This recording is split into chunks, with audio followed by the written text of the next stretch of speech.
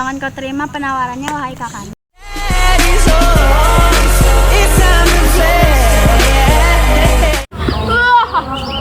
Bagus. Tapi semua berbeda saat kau. Wah, utusan dari VOC. Ada urusan apa orang-orang licik itu datang kemari?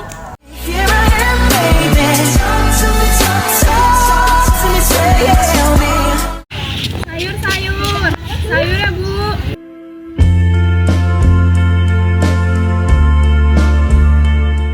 Ayo kita selesaikan ini Taruna Jaya.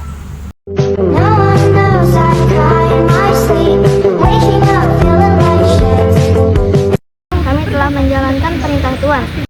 Sumpah mati padamu ku jatuh hati. Kau sudah gila.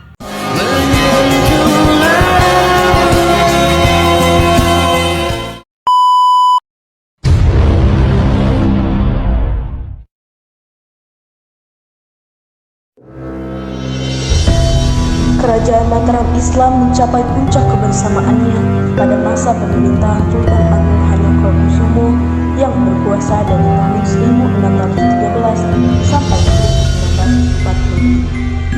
1940. Ia merupakan raja ketiga setelah Panembahan Sogok Kerapian. Letak geografis kerajaan yang berada di pendalaman membuat Mataram menjadi kerajaan agraris. Pertanian yang menjadi sumber pokok ekonomi masyarakat berkembang pesat karena didukung tanah yang subur. Di masa jayanya, Mataram berhasil menjadi pengekspor utama beras. Tapi siapa yang bisa menyangka bahwa kerajaan itu akan terpecah? Permasalahan dimulai saat VOC datang dengan segala kelicikannya.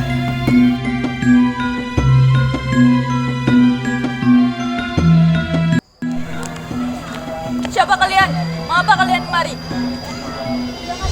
Perkenalkan, kami adalah utusan dari Tuan JP Kawan. Kami diperintahkan untuk bertemu dengan Sultan Agung. Baiklah, tunggu di sini sampai saya kembali. Salam Sultan, ada utusan dari VOC yang ingin bertemu dengan Sultan. Apa? Utusan dari VOC? Ada urusan apa orang-orang licik itu datang kemari? Maaf Sultan, hamba sempat tidak tahu.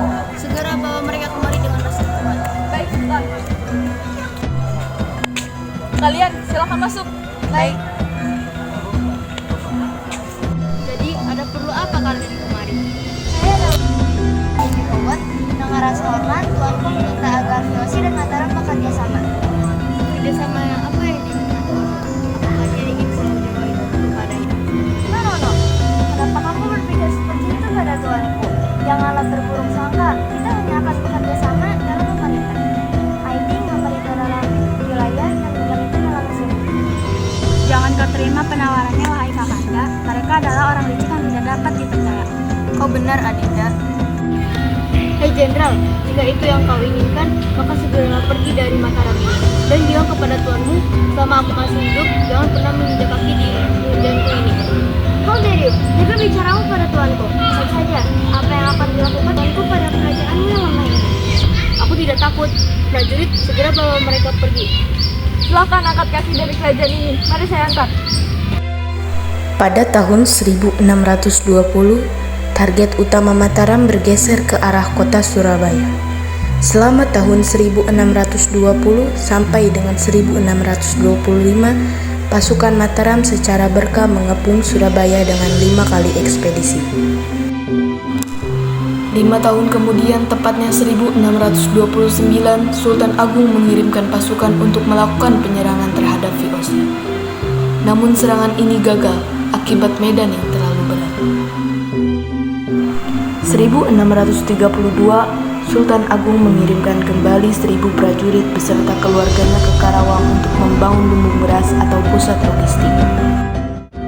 Namun saat merencanakan itu semua, ada seorang suruhan VOC yang menyamar untuk memata-matai mereka. Prajurit, segera siapkan senjata. Kita akan menyerang VOC. Baik, Sultan, kami akan mempersiapkan semuanya. Tingkatkan kapal dan senjata. Dan lumbung beras untuk persediaan. Baik, Sultan. Bagaimana rencananya?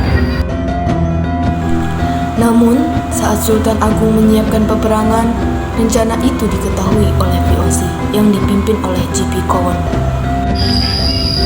Permisi Tuan, saya punya berita penting. Mataram sedang mempersiapkan peperangannya yang ditujukan kepada kita, Tuan. Apa? Kurang ajar. Apa saja yang telah dipersiapkan oleh Mataram? Mereka telah meningkatkan pasukan dan membangun lumbung beras di Karawang, Tuan. Hal ini tidak bisa kita biarkan begitu saja. Lalu, apa yang kita lakukan, Tuan? Haruskah kita menyerang seluruh warga Mataram? Tidak, belum. Pertama-tama, kita hancurkan lumbung beras dan hancurkan rumah warga milik Mataram di Karawang. Dan siapkan juga persenjataan untuk menyerang Mataram. Baik, Tuan. Sayur ya, Bu. Bu, sayur ini harganya berapa? Ini aku perak aja, Bu. Masih segar. Gak bisa ditawar aja, Bu. Gak bisa.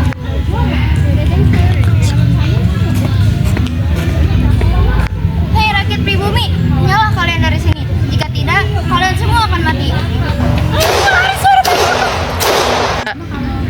Tuan, kami telah menjalankan perintah Tuan.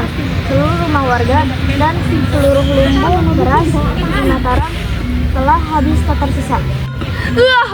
Bagus. Pastikan tidak ada lagi yang tersisa di Mataram. Kita tunggu saja hingga Mataram sampai ke Batavia membawa pasukan yang lemah. Baik, Tuan. Sementara itu kondisi di Mataram sangatlah buruk. Mataram lalu melakukan penyerangan terhadap VOC dan menuju ke Batavia. Tetapi penyerangan itu gagal. Apalagi yang bisa kami lakukan? Kita sudah kalah, Sultan. Kalah. Tidak, kita masih belum kalah. Kita masih ada harapan. Tapi Sultan, banyak prajurit yang sudah tewas karena perjalanan yang melelahkan ini. Selain itu, senjata kita tidak sebanding dengan senjata VOC. Baiklah, kita akan kembali ke Mataram sekarang juga. Baik, Sultan. Setelah itu, perlawanan demi perlawanan antara Mataram dengan VOC terus terjadi. Banyak daerah-daerah Mataram yang ingin melakukan pemberontakan ingin cepat merdeka. Naas, pada akhirnya Sultan Agung wafat pada tahun 1645. Pasca kematian Sultan Agung, pemerintahan Mataram digantikan oleh Amangkurat I yang justru bekerja sama dengan VOC. Pada masanya itu terjadi pemberontakan yang dilakukan oleh Trunajaya yang tidak ingin jika Mataram harus bekerja sama dengan VOC. Permisi Tuan Amangkurat, ada kaum Trunajaya yang ingin bertemu dengan Anda. Hah? Trunajaya? Ada apa dia datang ke sini? Baiklah, persilakan dia masuk dan bawa dia kemari. Baik, Sultan. Forgive me, tinggalkan aku sendiri dengan tamu yang tadi undang ini. Oke, no problem. Ada gerangan apa saudara Trunajaya jauh-jauh datang kemari?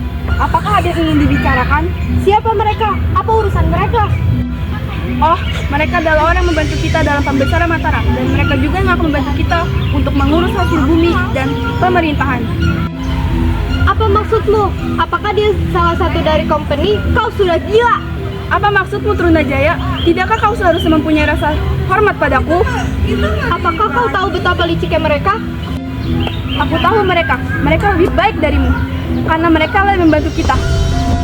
Kau salah besar jika kau beranggapan bahwa VOC akan membantu kita. Aku tidak setuju dengan keputusanmu. Hentikan omong kosongmu itu. Sudahlah, kau pergi saja.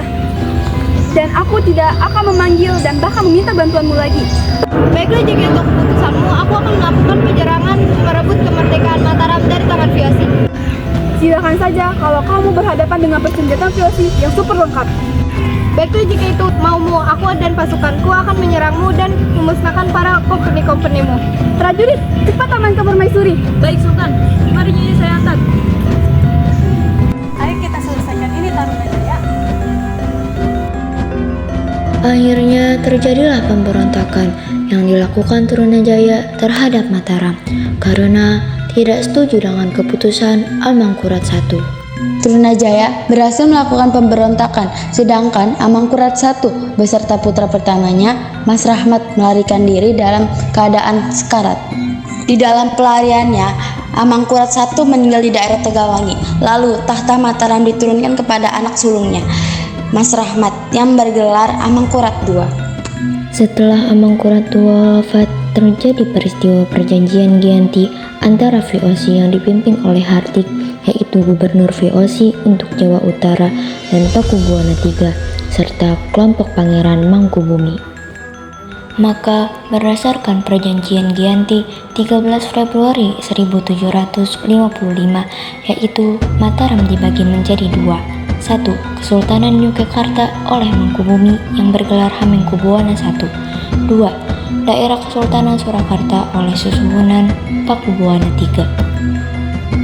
Lalu, pada tahun 1757, dengan intervensi Belanda dan berdasarkan Perjanjian Salatiga, Kesultanan Mataram dipecah lagi menjadi 3, yaitu Kesultanan Yogyakarta, Kesultanan Surakarta, dan Mangkunegaraan.